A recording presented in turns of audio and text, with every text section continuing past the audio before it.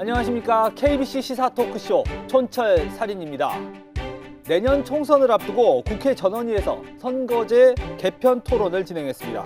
의원 정수부터 선거구제, 비례대표 구성에 이르기까지 각 정당은 물론이고 의원들마다도 첨예하게 나뉜 입장 차이를 확인했습니다.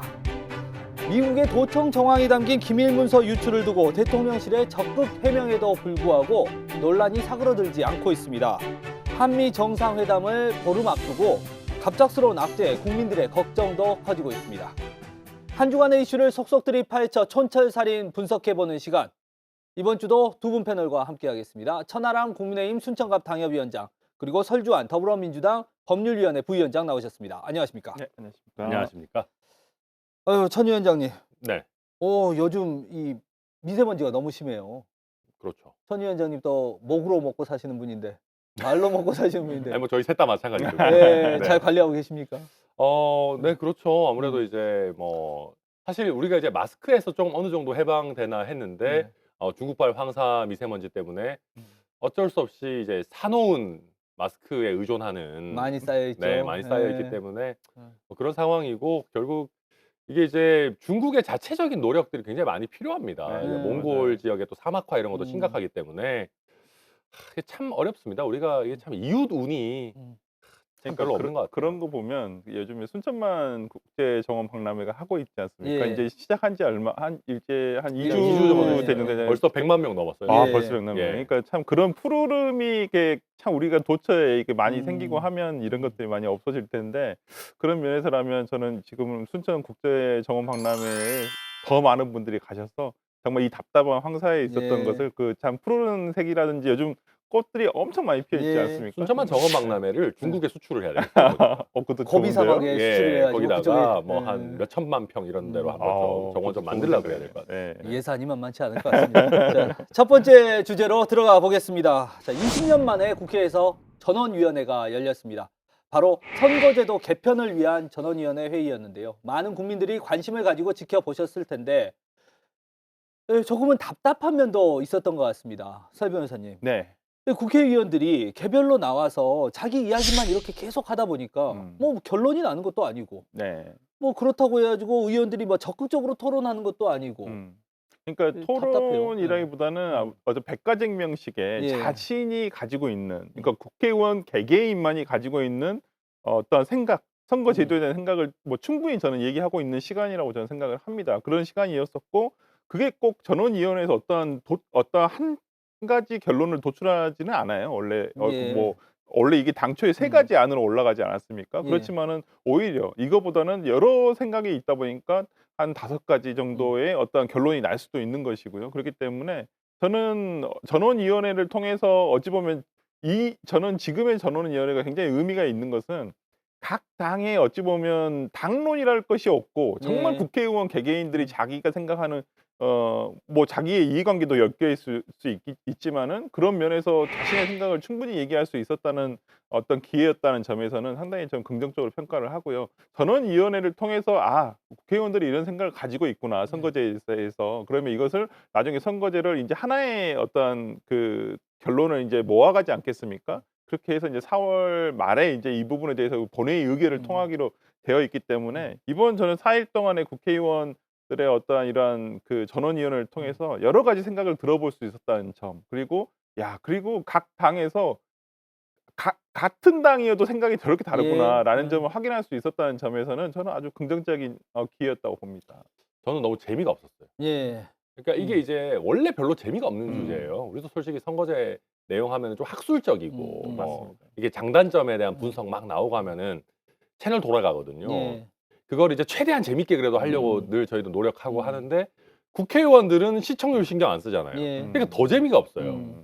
그러니까 우리가 포맷 자체를 전원위원회라고 해가지고 모두가 발표하는 식이 아니고 설 변호사님 말씀에 따르더라도 제가 봐도 한 4-5개 정도의 큰 유형이 있거든요. 예. 그 사람들이 제가 봤을 때 치열하게 토론을 하는 형태였으면 더 좋지 않았을까. 그러다 보니까 이번에 전원위원회에서 국회의원 한 100명 정도가 지금 발표를 하는 거잖아요. 예. 근데 국민적으로 화제가 되는 게 거의 없어요. 없죠. 예, 예. 그러니까 뭐 몇몇 의원들이 그나마 조금 두각을 나타냈다라고 하지만 이게 뭔가 그래 뭐 진짜 명년설 나와가지고 우리 이거 해야겠다라는 건 아직까지는 없거든요. 예. 그러다 보니까 이 국민들의 관심이 오히려 좀 낮아지는 거 아닌가 하는 음. 생각이 들고 이렇게 가면은 결국 누가 정리하나 하면은 국회 사무총장이 정리하게 예. 돼 있어요. 너무 백가쟁명식으로 음. 나오니까 뭐 어찌 됐든 이광재 사무총장 같은 경우에 이 부분에 관심이 많고 오랜 기간 생각해 오신 분이라서 어느 정도는 믿고 있지만 그랬을 때 또 국민의힘 입장에서 과연 이광재 사무총장 안 내지는 의장 안처럼 나오는 거를 또 그대로 받을 수 있을 것인가. 그래서 애초에 좀 토론 형태로 갔으면 어땠을까 하는 아쉬움은 좀 있습니다. 그러니까 이게 지켜보면서 네. 선거제도 개편될 수 있을까 이런 생각도 많이 들었어요. 어떻게 보십니까? 결론은 안 된답니다. 안 된다. 예, 제가 과거에도 밝혔다시피 예. 의미 있는 기회였지만 네. 결론적으로 보면 바뀌지는 않을 것이다. 음. 그러니까 이게 아까도 말씀드린 제가 드린 말씀에도 약간 뒤집어 생각을 해보면 예. 그거예요. 그러니까 지금 각자의 의원들이 각 당론이 정해지지 않은 상태에서 각자 의견을 얘기하고 있다는 거잖아요. 예. 각 당에서 관심이 없다는 거예요. 각 당에도 관심이 없기 때문에 의원 개개인이 알아서 뭐 얘기하고 와라. 이렇게 얘기하는 거예요. 네. 그렇기 때문에 저는 뭐 어느 정도 민주당과 국민의힘이 약간 다른 면은 있습니다. 전체 기류적으로는 예를 들어서 뭐 비례의원과 같은 경우에는 조금 당론에 따라서 약간 좀 다른 면이 있지만은 예. 저는 현행대로 그러니까 너무 시기적으로도 너무 급합니다. 그리고 이것을 논의할 기구가 저는 국회가 돼서는 안 된다고 봐요. 국회는 논의를 할 수 있으면 이걸 결정할 수 있는 것은 외부에 맡겨야 돼요. 저는 이런 부분에 있어서 국회의원들이 이걸 정하지를 못해요. 우리 항상 얘기하는 거 있잖아요. 세비와 관련 이탄희 의원도 뭐 세비 감축하자고 하지만 절대 안 되거든요. 이게 항상 그렇기 때문에 저는 결론적으로 현실적인 결론에서는 크게 바뀌지는 않을 것 같다. 그러니까 저는 근데 조금 어느 정도는 바뀔 것 같아요. 예. 예를 들면은 지금 그래도 대부분의 의원들이 좀 동의하는 지점들이 그런 거예요. 권역별 비례대표제를 좀 도입을 하자. 준연동형을 예. 폐지하고. 왜냐하면 준연동형은 위성정당 문제가 예. 너무 많이 예. 나오니까 권역별로 뭔가 시스템을 좀 바꿔보자라는 얘기는 꽤 호응을 받고 있고 예. 그리고 비수도권 의원들 입장에서도 이게 나쁘지 않은 게 뭐냐면은 인구 비례보다는 비수도권에 조금 유리하게 배분하자라는 쪽으로 가고 있거든요. 예. 그래야 이 지역 균형 발전도 되고 하니까 그런 거에 대해서는 전 어느 정도 의견 접근이 가능할 거다. 그리고 이게 지금 저는 국민의힘 분위기 좀 봐야 될 것 같지만은 이런 지지율 추이로 가면은 오히려 국민의힘과 민주당 입장이 바뀔 수도 있다는 생각이 들어요. 예. 원래는 민주당이 중대선거구제에 적극적인 입장이에요. 예. 근데 지금 여론 추이가 이 정도로 가면은 국민의힘이 오히려 중대선거구제 해야 된다라고 할 상황으로 가고 있어요, 지금. 예. 지금 굉장히 국민의힘의 지지율이 떨어지고 있고 그렇죠. 민주당이 올라가고 그래야지 있는 그 상황인데. 수도권에서 어느 정도 의석은 지금 가져올 수 있다라는 전략적인 판단을 할 수도 있는 지금 흐름으로 가고 있고 민주당 입장에서도 지금까지 해온 얘기들이 너무 많기 때문에 갑자기 그러면 우리 중대선거구제 선거 이길 것 같으니까 안 할래 이럴 수 없어서 예상 외에 저는 타협 가능성도 저는 아직은 남아 있다. 예. 그 중대선거구제를 도입할 수 있는 가능성이 조금은 보인다. 네. 그거에 대해서 어떻게 생각해요? 제3지구가 좀 이걸 논의를 해야 된다. 국회의원들은 자기의 일을 어떻게 자기들이 결정하게 하냐? 이런 지적도 저는 뭐 있거든요. 그건 200% 찬성인데 네. 문제는 국회의원들이 그렇게 안 하려고 하죠. 자기의 권한을 이렇게 네. 넘겨주는 거는. 그러니까 그렇게 해야 원래 잘 돼요. 그러니까 외국에서 맞아요. 이런 정치 제도 개혁에 성공한 나라들을 보면 대체로 그렇게 많이 해요. 근데 네. 그걸 할 수 있는 수준의 우리 국회였으면 지금 이 모양 이 꼴이겠습니까? 그렇죠. 그 예. 정도. 네. 그 정도의 자기의 권한을 또 내려놓고 어떤 타협점을 도출할 수 있는 방향에서 좀 항상 아쉬움이 있었던 것 같습니다. 이제 전원위의 토론이 끝났고 아마 이제 지도부에서 좀 논의를 하고 그 논의를 바탕으로 해서 좀 표결이 있고 이런 과정들이 좀 있을까요? 네네 앞으로? 이제 4월 말에 아마 본회의 의결을 통할 텐데 그 전에 아마 각 당에서 그 다음에 어떤 의결안을 지금 도출을 아마 할 걸로 제가 근데 봤을 때 4월 생각합니다. 말이라면 정말 얼마 남지 않았어요. 얼마 남지 않았어요, 예, 진짜로. 예, 그러니까 예. 국회의장이 제시한 대로의 어떤 스케줄이라면 이 전원위원회 끝나고 아마 다음 주 정도에는 어느 정도 각 당에서 결론이 지어져야 돼요. 그리고 이제 그거에 대한 어떠한 뭐 합의점을 도출을 할 수 있든지 하는데 이게 쉽지 않은 것이라서 진짜 국회의원들은 자기 선거 그러니까 저번에도 한번 말씀드렸지 않습니까? 국회의원은 대선도 별로 관심이 없어요. 진짜 자기 선거기 때문에 엄청 관심이 많기 때문에 그러니까 아마 4월 셋째 주 정도. 근데 예. 이제 또 그때가 되면 뭐가 있냐? 또 대통령의 당미가 잡혀 있어요. 예, 이슈가 그때 제가 예. 되기가 굉장히 힘들다. 이게 음. 불이 붙기가 굉장히 음. 힘든 정치적 구조다 지금. 그러니까 저는 근데 네. 이게 민주당에 과연 이런 정도의 전략가가 있을지 잘 모르겠는데 음. 어 저는 민주당 입장에서도 너무 많은 의석을 가져가는 게 꼭 좋은가에 대한 고민이 있을 거라고 봅니다.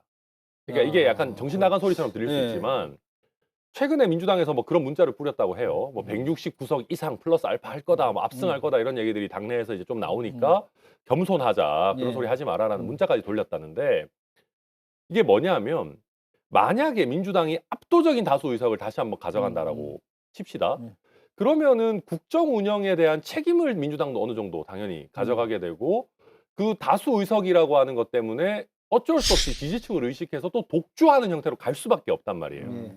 그럼 그게 과연 다음번 대선에 있어서 또 어떤 음. 영향을 미칠 것인가. 지금 당장 민주당이 다수 의석을 뭐 압도적으로 가져가면 달콤하겠지만은 그게 과연 꼭 좋기만 한 것인가. 그러니까 우리 의회 내 구성이나 국가를 위해서도 예. 그런 상황이라면은 저는 민주당의 전략가가 있다면은 중대선거구제라든지 아니면 어느 정도 틀을 좀 만들어 가지고 어느 정도는 균형 잡힌 국회로 가는 게 길게 봐서 나쁘지 않다라는 저는 그런 전략적인 판단을 할 사람들이 민주당 내에도 있지 않을까. 예. 뭐 생각도 드는데 뭐 제 음. 생각입니다. 있긴 아마 계신 걸로 아는데, 그러니까 이게 뭐냐면 그러니까 국민의힘과 어떤 타협을 하려면 이 선거구제에 대해서 예를 들어서 하나씩 양보를 해야 돼요. 예를 들어서 민주당이 수도권 그래 중대선거구제 도입해서 수도권을 양보하겠다고 하면 지역 같은 경우에는 지역도 다 해야 돼요. 예. 영남이나 이런 데도. 근데 국민의힘은 영남은 안 돼. 영남은 소선구제하고 수도권만 중대선거구제 하자. 그러면 민주당으로서는 받을 수가 없는 거예요, 이 그렇죠. 안을. 예. 특히나 이제 지금 지역별 인구 차이 때문에 음. 어쩔 수 없이 의석 차이가 생겨요. 그런데 지금 영남권하고 호남권 해봐야 정말 큰 차이거든요. 소선구제 뭐 유지해봐야 오히려 민주당으로서는 그 손해예요. 그렇기 유불리가 때문에 명확하죠. 예, 그거는. 그렇기 때문에 이 부분을 국민의힘에서 민주당한테 예를 들어 제시를 할 때도 받을 수 없는 안을 제시하면서 야 이거 네가 받아야 돼 이렇게 할 수는 없는 상황이고, 민주당도 수도권에서 어찌 보면 소선구제, 그러니까 이게 참 분위기 따라 다르긴 한데 그런 면에서라면 이게 과연 4월 안에 끝날 수 있을까? 저는 오히려 이거보다 더 첨예하게 날이 설 때는 이제 선거구제 개편, 이게 더 원래는 1년 안에 1년 전에 이걸 다 해야 선거구 되는데 획정 말씀하시는 획정 네. 말씀하시는 네. 거예요. 그러니까 선거구제 획정을 지금 어떻게 하겠어요? 특히나 전남 같은 경우도 지금 우리 천하람 당협위원장으로 있는 순천 갑 같은 경우에 이걸 어떻게 잘못 분할을 했어요. 저번에 뭐 그러니까 순천의 일부를 광양 쪽에 맞습니다. 띄워주면서 예, 잘못 약간 분할되기 때문에 게리맨더링식으로 네. 지도가 이상하게 그려졌죠. 그래서 그 부분도 지금 해소가 돼야 하는 부분이기 때문에 아마 그 선거구제 획정 문제가 훨씬 더 국회의원들에게는 더 큰 문제가 아닐까 그러니까 싶습니다. 이게 이제 결국은 그러니까 이게 선당 후사라는 게 얼마나 그 허구성 구호인가. 그러니까 이제 국민의힘 같은 경우에도 당 전체를 위한다면은 영남의 의석을 어느 정도는 내주더라도 수도권 의석에 있어 가지고 이게 너무 지나치게 바람에 의존하지 않고 어느 정도 안정적인 의석을 가져가도록 하는 게 좋아요. 예. 그리고 지금이 시기적으로도 좋습니다. 그러니까 국민의힘 입장에서는 영남권 의석을 좀 내주더라도 수도권 의석 가져가야 되는 거 아니냐는 위기감이 있고 또 반대로 민주당 입장에서도 지금은 분위기가 굉장히 좋지만 사실 한국 정치라는 것이 1년이 굉장히 긴 시간이니까 우리도 어느 정도 안정적인 의석 구조를 가져가는 게 나쁘지 않다고 판단할 수 있는 환경 자체는 굉장히 잘 돼 있는데, 근데 결국 설 변호사님 말씀하신 것처럼 지금 현역인 영남권 국회의원 현역들이 본인의 지위가 위태로워지는 거를 어느 정도 감수할 거냐. 그게 좀 어려운 지점이라고 봐야 되겠죠. 지도부가 세게 밀어붙여야 가능한 지점인데 지금으로서는 뭐 그게 그렇게 가능성이 높아 보이진 않습니다. 그 지도부조차도 지금 현재 수도권 중심보다는 지금 국민의힘이 영남 중심으로 좀 편제되어 있지 않습니까? 그렇죠. 예, 네. 그러다 보니까 좀 이런 부분에 있어서 어쨌든 지금 선거제도 개편이라는 것은 굉장히 중요한 문제입니다. 정치의 저변을 바꿀 수 있는 문제이고요. 우리 설 변호사님이 말씀하신 것처럼 국회의원들이 이 자신의 선거에 있어서는 굉장히 이 민감하게 반응을 하고 자기의 정치 방향을 결정하는 이런 선거 제도이기 때문에요. 저희 국민들도 많은 관심을 가지고 좀 지켜봐야 할 것 같습니다. 자, 두 번째 주제로 넘어가 보겠습니다. 이번 주를 뜨겁게 달군 이슈입니다. 미국의 대통령실 도감청 의혹입니다.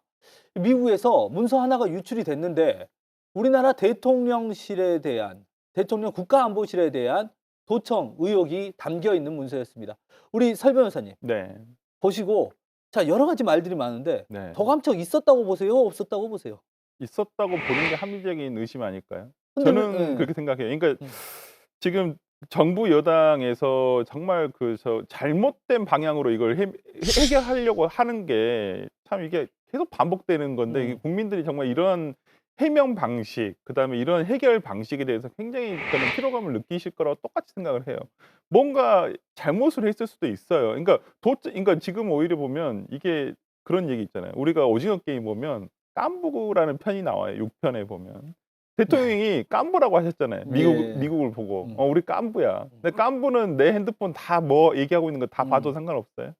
그게 아니잖아요. 예. 근데 왜 깐부한테 뒤통수 맞고 나서 오히려 본인은 뒤통수 안 맞았어, 안 맞았어. 안 아파, 안 아파. 이렇게 하고 있는 꼴이에요. 근데 이게 우리 국민의 자존심을 건드린다는 거예요. 아니, 상대방이 도청할 수도 있죠. 그리고 우리나라도 정말 도청 다 할 수도 있죠. 외국에 대해서 우리 국익을 위해서. 첩보 차원에서요. 그럼요. 할 수 있는 거예요. 근데 이게 뚫렸어요. 뚫렸다는 게 드러났잖아요. 그러면 야, 이거에 대해서 따질 수는 있어야 될 거 아니에요. 아니, 친구니까 못 따진다는 거예요. 너 이거 잘못한 거야. 그리고 나서 우리가 가져올 수 있는 국익을 위해서 가져올 수 있는 것을 취하는 것이 목표지.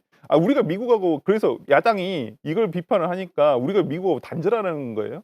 아니잖아요. 예. 미국과 단절하라는 얘기가 아니라 미국에게 따질 건 따지고 그리고 너무 저자세로 그렇게 하지 말아라. 근데 지금 대통령실이라든지 특히 그 김태호 1차장 같은 경우에는 이게 뭡니까? 오히려 기자들한테 국민을 대신해서 묻는 기자들한테 윽박지르지 않습니까? 예. 이거 왜 물어? 묻지 마.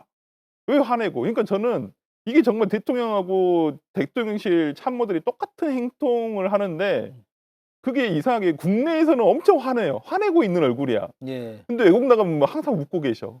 나는 왜 예전에 그런 거 있잖아요. 아니, 사회생활 정말 잘하는 아버지가 회사 가면 되게 웃고 좋은 사람인데 집에만 오면 엄한 사람이 돼 있는 거예요. 저는 이게 과연 화목한 가정이 될 수 있을까 이래서 저는 그런 생각이 좀 들어요. 이게 원래는 호재예요. 예. 아니 그렇잖아요. 그러니까 음. 쉽게 얘기하면 미국이 우리한테 나쁜 짓 한 거 들통난 거 아니에요. 예. 그럼 이게 우리가 협상 카드로 쓸 수 있는 굉장히 좋은 예. 호재예요. 예. 특히나 타이밍도 너무 좋습니다. 한미 그렇죠. 정상회담 네. 앞두고 야 니네 그 뭐 맨날 한다 뭐 어쩌고 우리 다 아는데 걸렸으니까 어쩔 수 없잖아. 우리 국민들 달랠 만한 뭐 어떤 너네도 그러면 뭐 더 내놔야지. IRA가 됐든 뭐가 됐든 더 양보해야 될 거 아니야? 라고 우리가 쓸 수 있는 협상 카드입니다. 그러면 이게 이제 우리가 이상적인 상황이라면은 이런 거 터지잖아요. 안보실장이나 정무수석 같은 사람들이 야당하고 만나야 돼요. 야, 이거 우리가 물밑에서 협상 카드로 쓸 거니까 니네가 세게 한번 때려줘. 예. 그렇지. 너희가 때려가지고 한국 여론 들끓는다 하면 우리가 물밑에서 미국이랑 협상해가지고 이거 받아올게. 이런 식으로 가면 우리나라 정치가 사실 얼마나 좋겠습니까? 예. 근데 지금 상황에서 봤을 때 저는 외교 당국자들이 너무 많은 말들을 하고 있어요. 그러니까 이거는 또 늘 말씀드리지만 정답이 있어요. 이런 문제는 차라리 야당에서 세게 때리는 거 좀 어느 정도 내버려 두면서 이런 어떤 국민들 불안이 있다는 거 저희 알고 있다. 미국 측에 저희가 뭐 긴밀하게 예. 물밑에서 우리가 소통하고 있고 국민들께서 뭐 우려하시는 일 없도록 바로 잡겠다. 계속 물어보면 이거 저희가 협상 전략이기 때문에 쉽게 얘기할 수 없다라고 있어 보이게 아무 말도 안 하면 돼요. 예. 근데 여기서 무슨 뭐 악의로 한 거는 아닐 거라느니 뭐 위조로 보인다더니 이런 식으로 하게 되면은 국민들께서 느끼시기에 왜 우리 협상력을 스스로 우리가 떨어뜨리지라고 생각하실 수 있는 거예요. 예. 그러니까 물론 저는 정부 차원에서 미국과의 관계가 너무 틀어진 거는 저는 매니지해야 된다 생각합니다. 어느 정도는 예. 해야 되는데 그거는 물밑에서 협상 카드로 쓰면서 적절히 조율을 해야 되는 거고 외부적인 메시지는 신중하게 나가야 되는 거거든요. 근데 지금 외부적인 메시지 자체가 니네가 무슨 미국 대변인이야? 라는 식으로 나가게 되면 국민들께서도 아니 우리가 무슨 옛날처럼 무슨 미국에서 원조받던 국가도 아니고 이제 우리도 어느 정도 선진국이고 G7에 들어가니 마느니 하는데 할 얘기는 해야지라는 생각이 절로 드는 거거든요. 그래서 요약하자면은 성공적인 한미 동맹 내지는 외교 관계를 가져가기 위해서는 우리 국민들이 납득하실 수가 있어야 된다. 그래서 우리 국민들의 어떤 불만을 억지로 덮으려고 하기보다는 그게 어느 정도 좋은 방향으로 표출되도록 저는 매니징이 필요하지 않나라는 생각입니다. 사실 이런 비판에서 자유로울 수가 없어요. 지금 정부 여당이. 그 일본 이게 3일절부터 시작이 됐죠. 일본 제3자 협상으로 대법원 판결도 우리 스스로 풀어주고 뭐 반성과 사과 요구도 하지 않고 그러면서 물잔의 절반을 채웠는데 돌아오는 건 이거 네. 정말 예, 다케시마는 자기 땅이라고 이런 이야기만 한일 정상회담 때 우리가 했다. 뭐 이런 이야기들 계속 하니까 이것들이 오버랩 되면서 우리 한미 정상회담도 또 비슷한 거 반복되는 거 아니야? 라는 불안감 이게 커지는 것 같아요. 그러니까 사실은 결국은 이제 대외적인 메시지와 물밑에서의 협상 이런 것들이 좀 전략적으로 잘 어우러져서 가야 돼요. 예. 그리고 좀 차근차근 가야 됩니다. 이게 사실은 뭐 일본과의 관계도 우리가 통 큰 양보를 한다고 해가지고 하루아침에 다 해결될 수 있는 문제는 아니잖아요. 예. 조금씩 그렇게 가야 되는 것이고 미국과의 관계는 사실은 더 신중해도 돼요. 왜냐하면 미국과의 관계는 원래 나쁘지 않아요. 물론 이제 세부적으로 뭐 여러 가지 이제 뭐 반도체 문제나 뭐 전기차 문제 풀어야 될 부분들은 있습니다만은 차근차근 가도 되는 것이고 이런 부분은 우리 협상 카드로 좀 활용해도 되는 것인데 모르겠습니다. 이렇게 하면서 물밑에서는 뭐 나름대로 하겠죠. 그리고 저는 외교 당국도 이번에 큰 부담을 갖고 있다고 봐요. 아, 그러니까 일본과의 관계에서 사실은 그런 어떤 좋지 않은 평가가 국민들께 나오고 그게 지지율에 사실은 반영되고 있는 그런 국면이거든요.